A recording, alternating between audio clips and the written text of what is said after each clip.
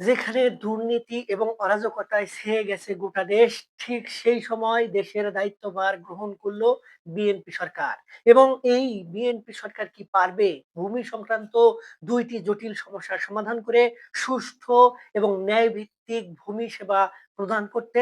সুপ্রিয় ভিউয়ার্স, এই সমস্যাগুলো কোনগুলো এবং কেন সেগুলো সমাধান করা প্রয়োজন এবং কোন উপায়ে সমাধান করা যেতে পারে? চলুন আজকের এই ভিডিওটিতে সেই সংক্রান্ত বিষয়গুলো নিয়েই বিস্তারিত আলোচনা করি।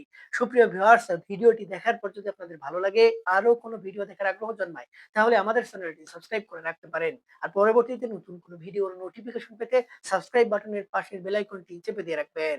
আসসালামু আলাইকুম। সুপ্রিয় ভিউয়ার্স, আমরা জানি আমাদের দেশের এমন কোনো সরকারি সেক্টর নেই যেখানে দুর্নীতি কিংবা অরাজকতা নেই। যেখানে রাষ্ট্রের নাগরিকের একদম স্বচ্ছ এবং দ্রুত এবং খুব সুন্দরভাবে সেবা পাওয়া প্রয়োজন, সেখানে তার উল্টাটা হয়ে থাকে। ভূমি মালিকরা ঠিক তেমনই একটি সমস্যায় জর্জরিত। তাদের ভূমি সংক্রান্ত যেকোনো ধরনের সেবা নিতে গেলে হয়রানি কিংবা অতিরিক্ত অর্থ, যেটিকে আমরা ঘুষ বলি, সেটি ছাড়া কখনোই তারা এই সংক্রান্ত সেবাগুলো পায় না। এমনকি আপনি সঠিক পথে থাকলেও আপনাকে হয়রানি হতে হবে, ঘুষ প্রদান করতে হবে। এবং যারা একটু এদিক ওদিক করে এবং যাদের ডকুমেন্ট বা প্রমাণের একটু হালবেল থাকে, তাদের তো অবস্থা করুণ। এটা তো আর নতুন করে বলার কিছু নেই। সুপ্রিয় ভিউয়ার্স, এই পরিস্থিতিতে বর্তমানে যেহেতু বিএনপি সরকার গঠন করেছে এবং তারা দেশের দায়িত্বভার গ্রহণ করেছে, তাদের সামনে কিন্তু বড় চ্যালেঞ্জ হচ্ছে ভূমি সংক্রান্ত ২ টি সমস্যার সমাধান করা।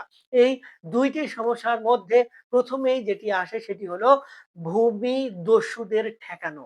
এবং আমরা জানি যে আমাদের দেশে যখনই যে সরকার আসে, সেই সরকারই এমনভাবে তাদের কর্মীদেরকে কন্ট্রোল করার চেষ্টা করে যে তারা ওই সংক্রান্ত বিষয়গুলোকে মাথায় নেয় না। এবং তার পরিপ্রেক্ষিতে সরকারি সম্পত্তি, কোনো ব্যক্তি মালিকানাধীন সম্পত্তি, বিরোধী দলীয় নেতাকর্মীদের সম্পত্তি এক প্রকার জোর জবরদখল করে ভোগ দখল করার চেষ্টা হয়ে থাকে।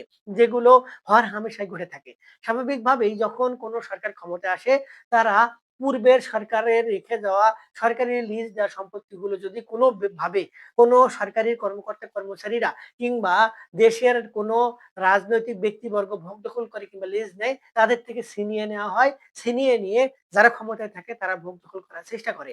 এবং এর ফলে দেখা দেয় এই প্রক্রিয়ার একটা ধারাবাহিকতা।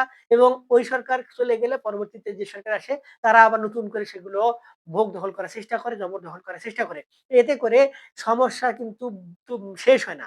এগুলো কিন্তু বাড়তেই থাকে। এবং পর্যায়ক্রমে দেখা যায় যে সেগুলো বাদ দিয়েও কোনো যদি বিরোধী দলীয় নেতাকর্মী থাকে কিংবা একজন নিরীহ ব্যক্তি থাকে, তাদের উপর দমন নিপীড়ন করার চেষ্টা হয়ে থাকে। কিংবা একজন নিরীহ ব্যক্তি, একজন রাজনৈতিক প্রভাবশালী ব্যক্তি কিংবা রাজনৈতিকভাবে হৃষ্টপুষ্ট কিংবা ক্ষমতাসীন দলের যদি কোনো কর্মী হয়ে থাকে, তিনি তার ব্যক্তিগত দ্বন্দ্বের ফলে অন্য কোনো ব্যক্তির সম্পত্তি জবরদখল করার চেষ্টা করে। এবং তিনি যতদিন সেই সম্পত্তিগুলো পারে জোর করেই মোটামুটি বলতে গেলে ভোগ দখলের চেষ্টা করে।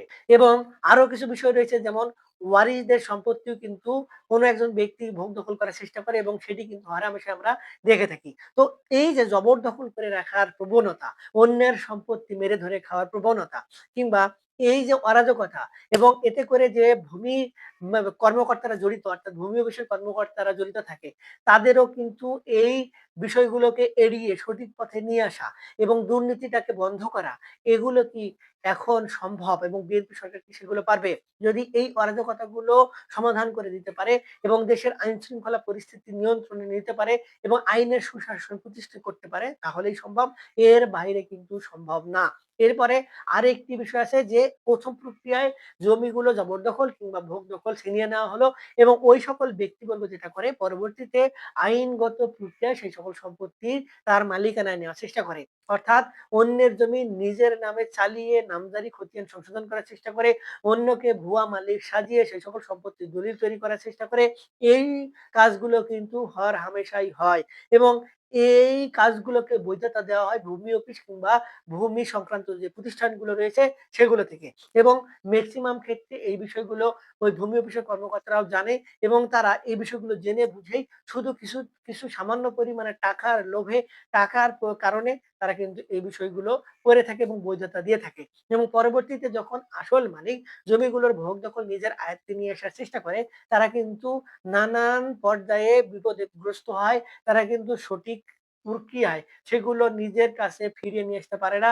আইনের মারপ্যাঁচে পড়ে তার ভূ-দখলকৃত সম্পত্তি, নির্দিষ্ট মালিকানার সম্পত্তি, বৈধ প্রক্রিয়ায় সম্পত্তি সেগুলো সবগুলো বেদখল হয়ে থাকে এবং অবৈধ প্রক্রিয়ায় ভূ-দখলকারী ব্যক্তিদ্বয় নিশ্চিন্তে ভূ-দখল করে থাকে। এবং এর পেছনেও রয়েছে আমাদের আইনের কিছু লোফলস, অর্থাৎ আমাদের আইনের কিছু ঘাটতি কিংবা আইনের কিছু ত্রুটির কারণে, আমাদের বিচার প্রক্রিয়ায় কিছু অসামঞ্জস্যের কারণে, সেই ব্রিটিশ আমলের বিচার প্রক্রিয়ার কারণেও কিন্তু বিষয়গুলো ঘটে থাকে। তো এই বিষয়গুলো সমাধান করলে কিন্তু অনেকাংশেই ভূমি ব্যবস্থাপনাটাকে সুচ্ছ কিংবা স্বচ্ছ প্রক্রিয়ায় নিয়ে আসা সম্ভব। এখন সবথেকে বড় চ্যালেঞ্জ হচ্ছে এই ভূমি অফিসগুলো, যেগুলো প্রায় দুর্নীতির দিক থেকে ২য়, ৩য় অবস্থানে সবসময় থেকেছে সরকারি প্রতিষ্ঠান হিসেবে, এবং সরকার এগুলোকে কখনোই নিয়ন্ত্রণে আনতে পারে নাই। বিভিন্ন পর্যায়ে বিভিন্নভাবে পদক্ষেপ গ্রহণ করলেও সেগুলো ঠিকঠাক মতো আসে নাই। এর পেছনে ভূমি অফিসে কর্মরত কর্মকর্তা কর্মচারীদের কিছুটা পরিমাণে অসহযোগিতা রয়েছে, যার কারণে কোনো পদক্ষেপই কখনো সুষ্ঠুভাবে গ্রহণ করা সম্ভব হয় নাই।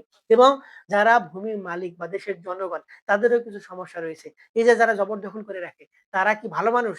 তারাও তো এই সকল কর্মকাণ্ডে জড়িত। তারাও এগুলোকে প্রশ্রয় দেয়, তারা এগুলো করে বলে এই সংক্রান্ত সমস্যাগুলো হয়। প্রত্যেকটা নাগরিক আগে নিজ ঠিক না হলে এই সকল বিষয় কিন্তু একবারে গোড়া থেকে উচ্ছেদ করা সম্ভব না। তাই বিষয়গুলো সকলেরই মাথায় নিতে হবে এবং দুর্নীতি, ঘুষের বিরুদ্ধে সকলকে ঐক্যবদ্ধ হতে হবে। কেননা আপনি যদি ঘুষ না প্রদান করেন, আপনার কাজটি কিন্তু হবে। একদিন না একদিন হবেই। হয়তো ২, ৪, ৫ দিন সময় লাগতে পারে।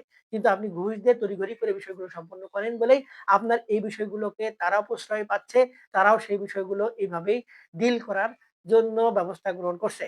সরকারের কাছে এই বিষয়টি এখন সবথেকে বড় চ্যালেঞ্জ, যে দুর্নীতিকে রুখে দেওয়া, ঘুষকে বন্ধ করে দেওয়া।